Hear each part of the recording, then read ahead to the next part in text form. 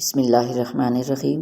سیکھ نہیں پایا میں میٹھے جھوٹ کا ہنر، کڑوے سچ نے کئی لوگ چھین لیے مجھ سے۔ اپنی خواہشوں کو کبھی اپنے قدموں سے آگے نہ نکلنے دو۔ جو مل گیا اس پر شکر کرو، جو چھن گیا اس پر افسوس نہ کرو۔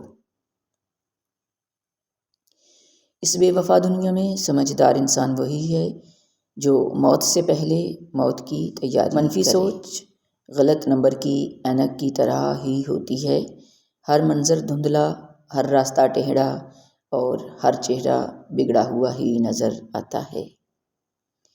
ایک انسان کو اس وقت تک مکمل نہیں سمجھا جا سکتا جب تک وہ اپنے خیالات اور عمل میں یکساں نہ ہو۔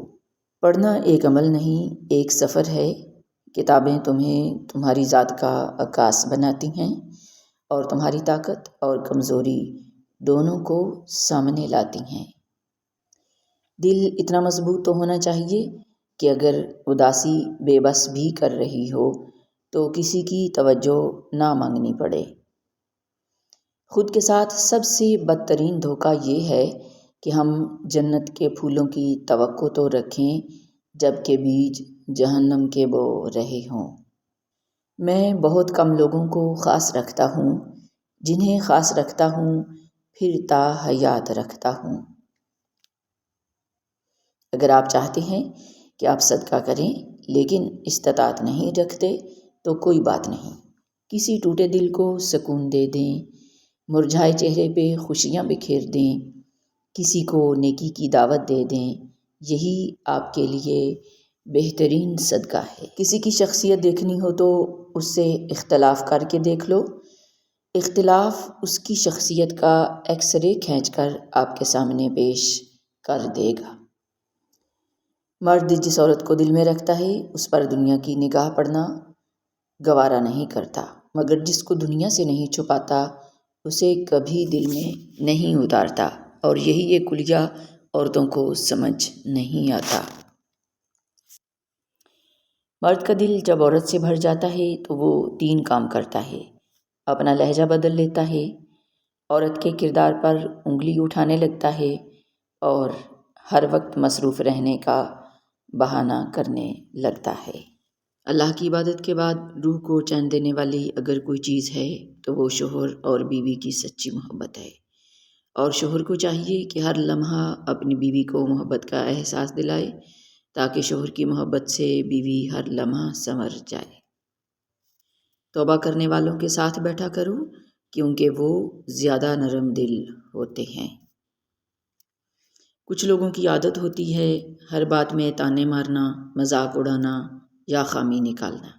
ایسے لوگوں کی باتوں سے پریشان مت ہوں، یاد رکھیں بچھو کی فطرت میں ہمیشہ ڈنگ مارنا ہوتا ہے۔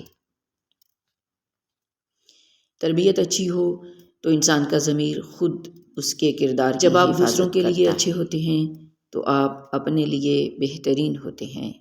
بینجامن فرینکلن۔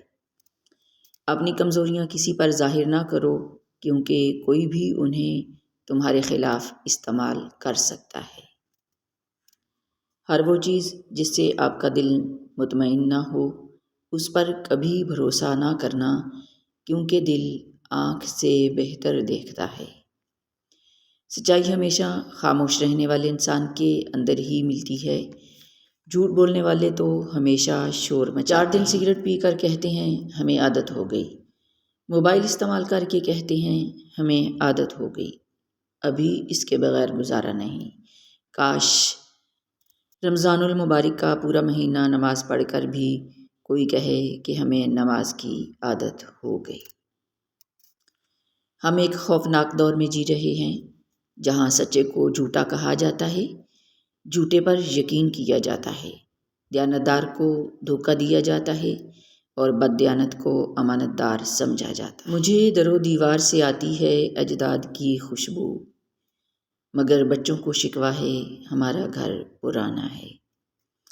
جو رشتہ دار اچانک آپ کے دشمن بن جاتے ہیں دراصل وہ شروع سے ہی آپ سے نفرت کرتے ہیں، لیکن وہ اداکار اور منافقت میں مہارت رکھتے ہیں۔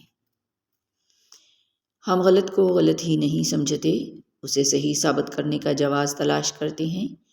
یہی وہ کرپٹ سوچ ہے جو ہمیں تباہ کرتی۔ شیخ سعدی فرماتے ہیں، تم اپنی 1000 غلطیوں کے باوجود اپنے آپ سے محبت کرتے ہو، لیکن دوسروں کی ایک غلطی کی وجہ سے ان سے نفرت کیوں کرنے لگ جاتے ہو؟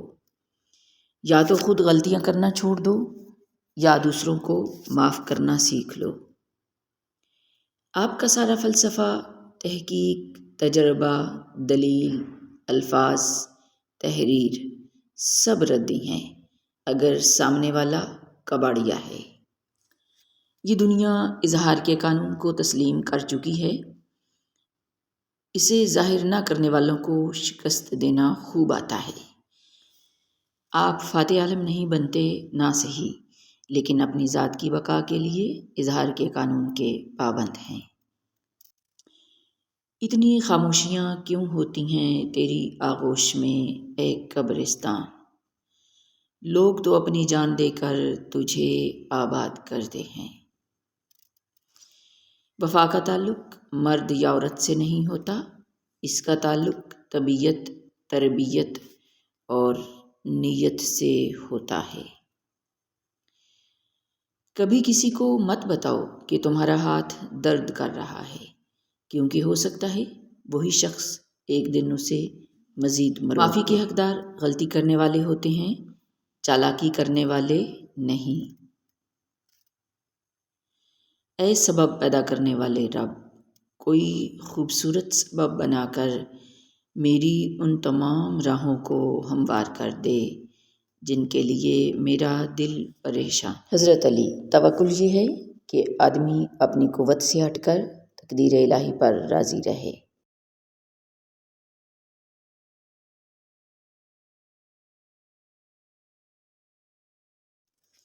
اگر تمہارے رزق میں سے دوسروں کی ضروریات پوری ہو رہی ہیں تو تم خوش قسمت ہو کہ تمہارا رب تمہارا رزق پاک کر رہا ہے۔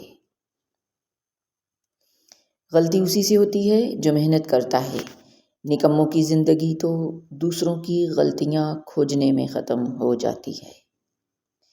سورہ مریم ہمیں سکھاتی ہے کہ جب انسان کا یقین اپنے رب پر مضبوط ہو اور آگے منزل کا پتہ بھی نہ ہو اور نہ ہی راستے کا، تو اللہ کوئی نہ کوئی وسیلہ بنا کر بھیج دیتا ہے جو ناممکن کو ممکن بنا دیتا ہے، چاہے ہر طرف مصیبتیں ہی کیوں نہ گھیر لیں۔ دنیا کا سب سے خوبصورت پھول اپنوں کی محبت کا پھول ہوتا ہے۔ کبھی گناہ کرنے کا دل چاہے تو اپنی ان دعاؤں کے بارے میں سوچئے جن کی آپ شدت سے قبولیت چاہتے ہیں، کیونکہ دعاؤں کی قبولیت کی راہ میں سب سے بڑی رکاوٹ گناہ ہی ہوتے ہیں۔ زندگی کے سخت ترین اسباق میں سے ایک یہ ہے کہ ہر کوئی آپ کے لیے بھلائی نہیں چاہتا۔ قرآن پاک میں مرد اور عورت کی دوستی کا ذکر کہیں بھی نہیں ہے۔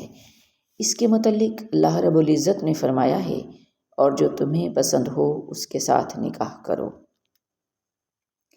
بیٹی جب پسند کی شادی کا کہے تو اسے بے حیا اور برا نہ کہو۔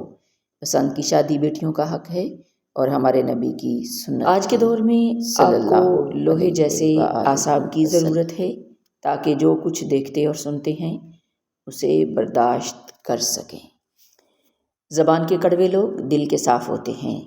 یہ بات شاید بد تہذیب لوگوں نے اپنی تعلیم و تربیت کی خامیاں چھپانے کے لیے گھڑی ہوگی، ورنہ جس کا دل صاف ہو اس کی زبان بھلا کیوں کر کڑوی ہو سکتی ہے۔ الفاظ یہی کرتے ہیں مائل بھی، قائل بھی اور گھائل بھی۔ والدین سے مسکرا کر بات کیا کریں۔